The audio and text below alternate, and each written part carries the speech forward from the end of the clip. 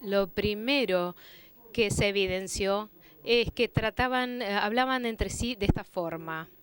Estaban en planos totalmente diferentes y a medida que hablaban de por qué tenían dificultades en dialogar entre sí, se daban cuenta de que estaban viniendo de perspectivas totalmente diferentes que tenían. Los organismos humanitarios están muy profesionalizados. Algunas personas creen, sí, salen y tiran comida de un camión y eso es todo lo que hacen. No, para nada. Estas organizaciones son muy intrincadas, están muy coordinadas entre sí a nivel mundial y cuando algo ocurre y ellos generan una emergencia mundial, saben cómo trabajar juntos y lo hacen. Las compañías, de acuerdo con los organismos humanitarios, a las compañías solo les gusta ver el logo suyo en las cosas. Si logramos que el logo esté en algún lugar, entonces allí ayudan. No creo que esa sea una caracterización justa.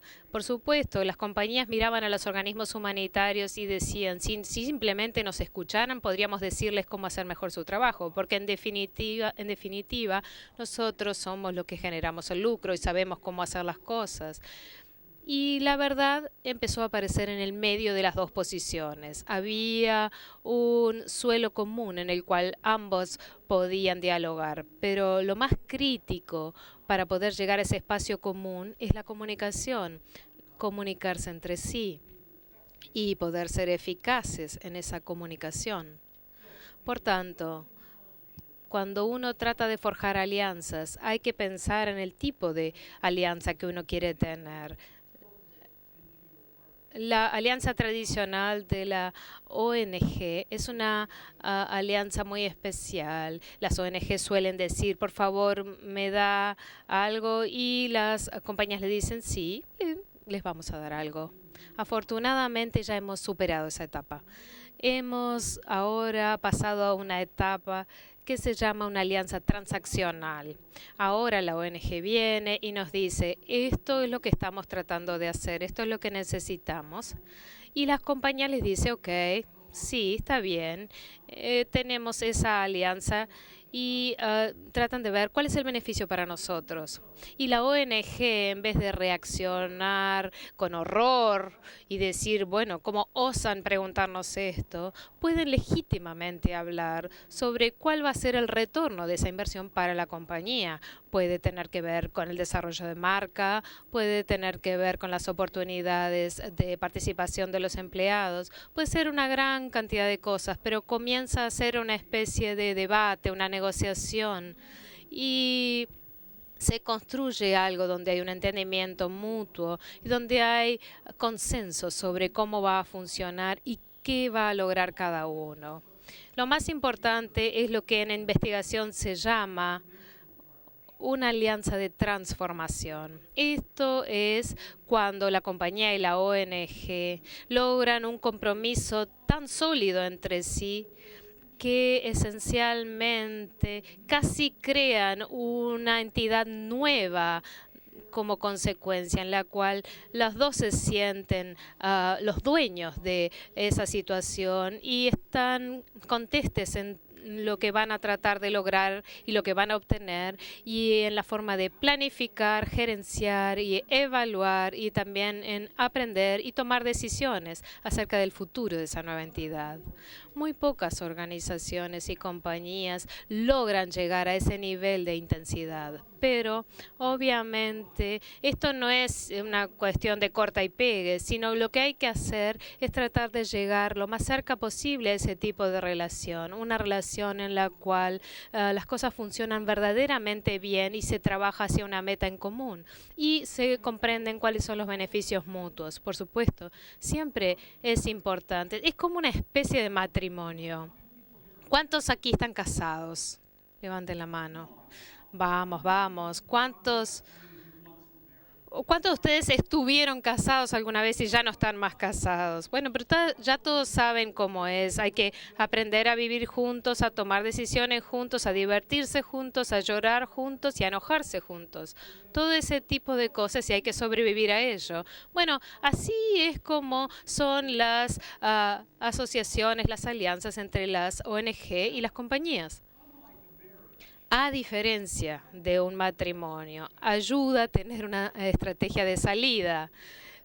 Quizás todos ustedes crean que tenemos estrategias de salida para nuestros matrimonios. Bueno, nos podemos tomar un avión y huir a algún lado, sí, pero en una alianza entre una ONG y una compañía es bueno tener una especie de idea o una estrategia de salida y hablar de cuánto va a durar esa alianza y tomar una decisión. Decir, bueno, si esto no ha funcionado, tener otro curso de acción. ¿A dónde vamos si esto no funciona? ¿Qué va a ocurrir hacia el futuro? ¿Cuál es el futuro del voluntariado corporativo? ¿Tiene futuro? Yo diría que sí. Yo diría que tiene un futuro muy brillante y positivo. Primero, vamos a ver una globalización continua. No solamente la difusión geográfica del voluntariado corporativo. Hay pocas excepciones que yo podría decir que se aplicarían a todos los países del mundo en cuanto al voluntariado corporativo.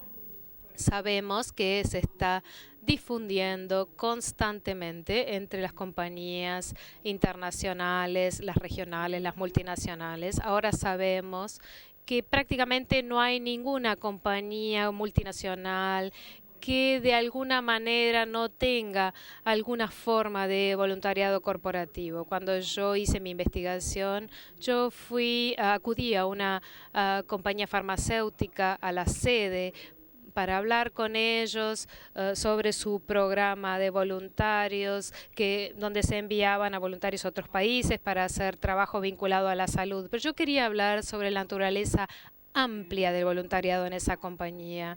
Afortunadamente yo había investigado mucho antes de ir.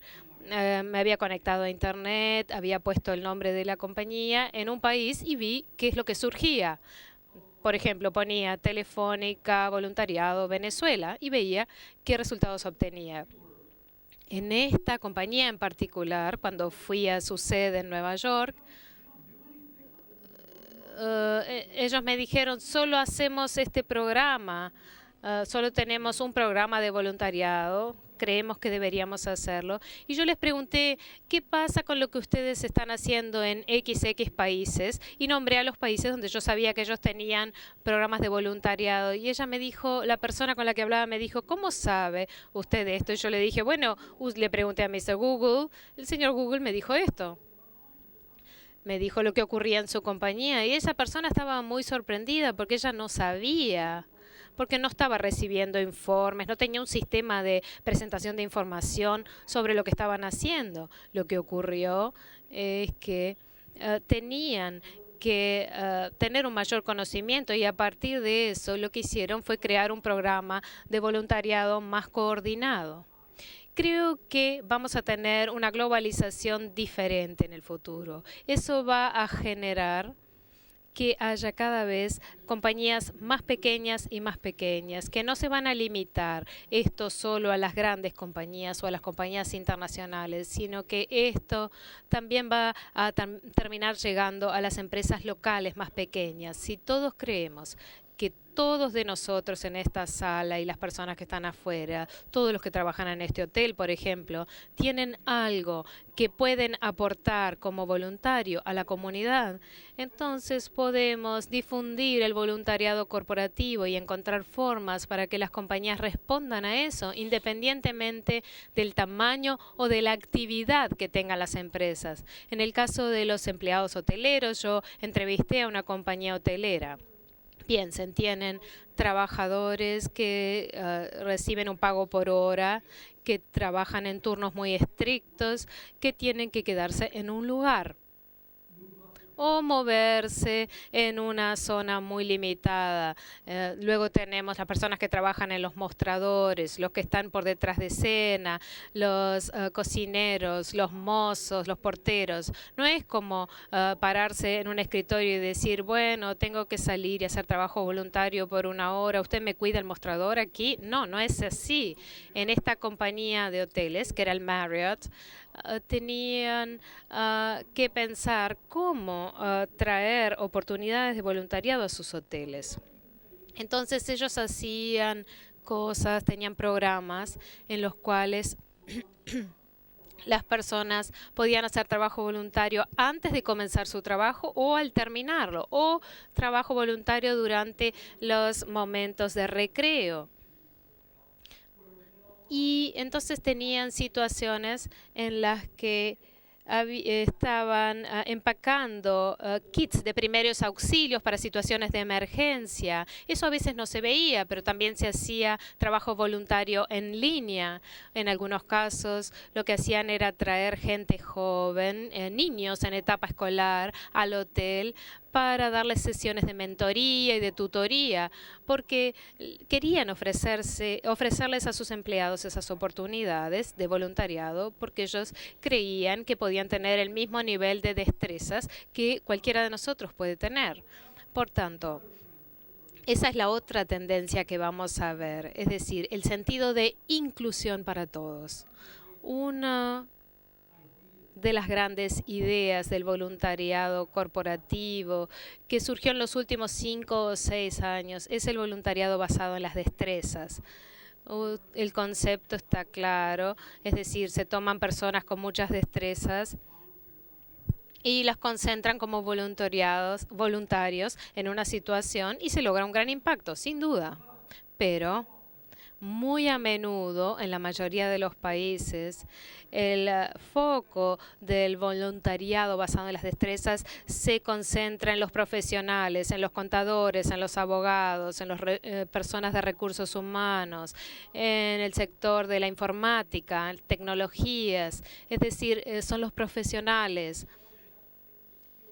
que dicen hay que llevar las destrezas a la comunidad, pero a veces las compañías se olvidan de que todas las personas a las cuales se le están pagando tienen destrezas. UPS, la gran compañía de logística internacional, son expertos en voluntariado basado en destrezas y tienen a las personas más capacitadas en materia de voluntariado. Ellos son especialistas en logística y tienen una capacitación especial. Están preparados para trabajar en un lugar determinado, en un espacio de 24 horas en cualquier parte del mundo para trabajar en situaciones de desastres o de logística. Es fantástico, pero es simplemente una pequeña parte de la plantilla laboral que tiene la capacitación para lograr esa participación. Pero luego ellos pensaron, ¿quiénes son los empleados más valiosos dentro de UPS?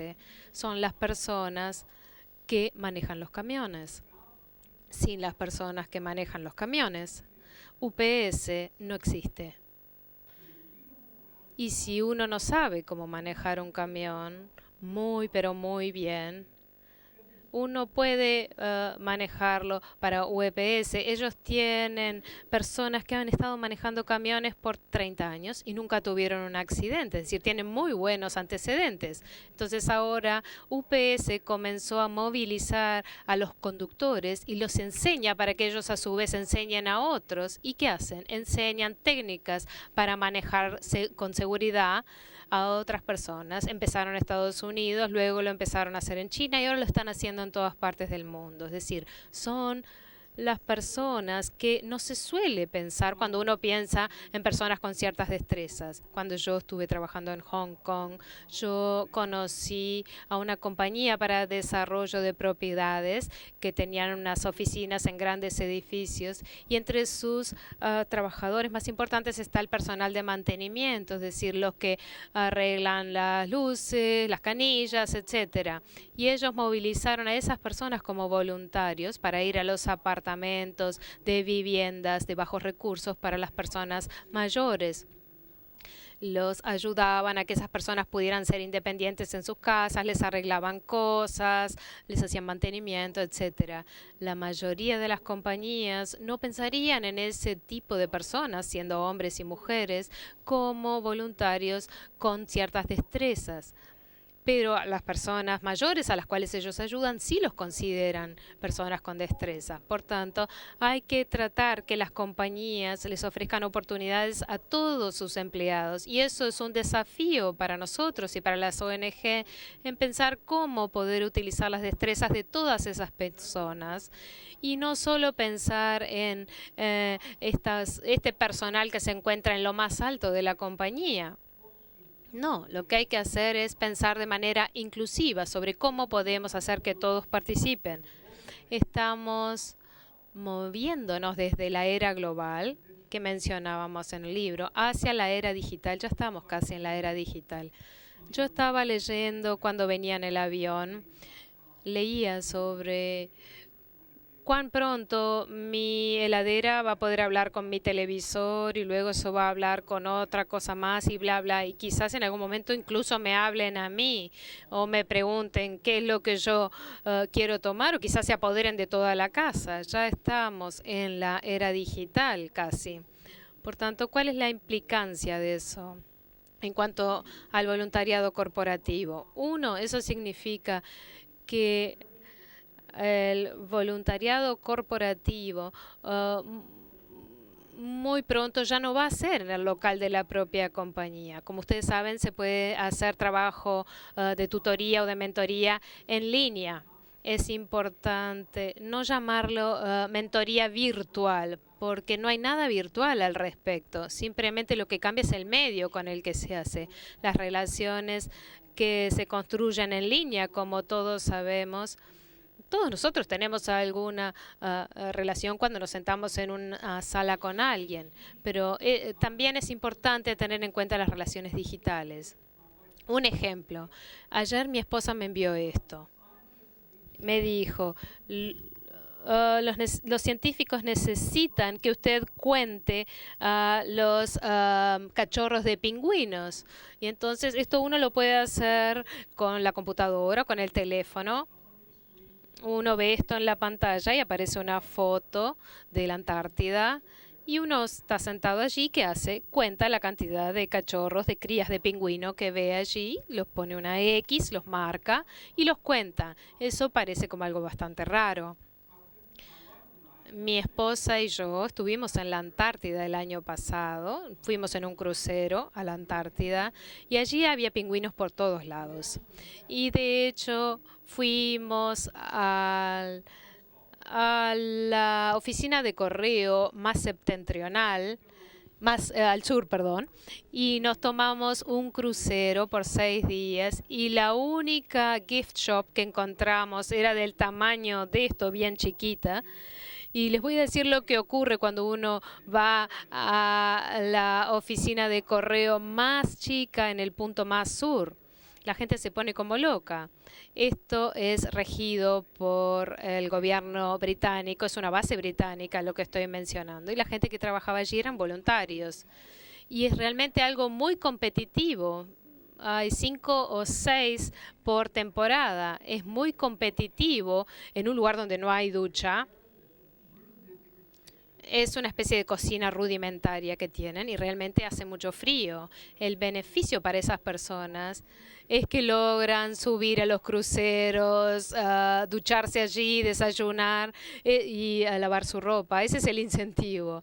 Pero también tienen la tarea de contar pingüinos. Salen, van a las colonias de pingüinos y cuentan las crías de pingüinos, se les escapa alguno. Y ustedes también pueden hacer eso en Internet.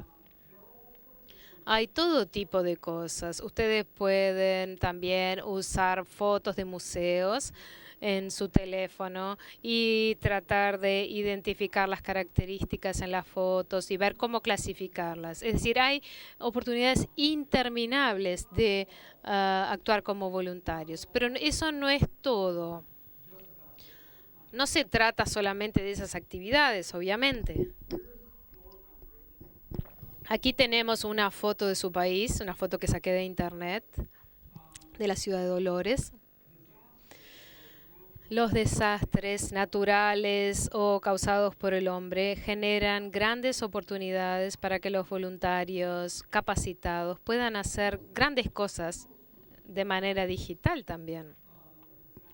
Cuando ocurre o se informa un desastre, hay gente en IBM, en Google, en Facebook, que pasa a la acción para desarrollar nuevas aplicaciones específicas para eso.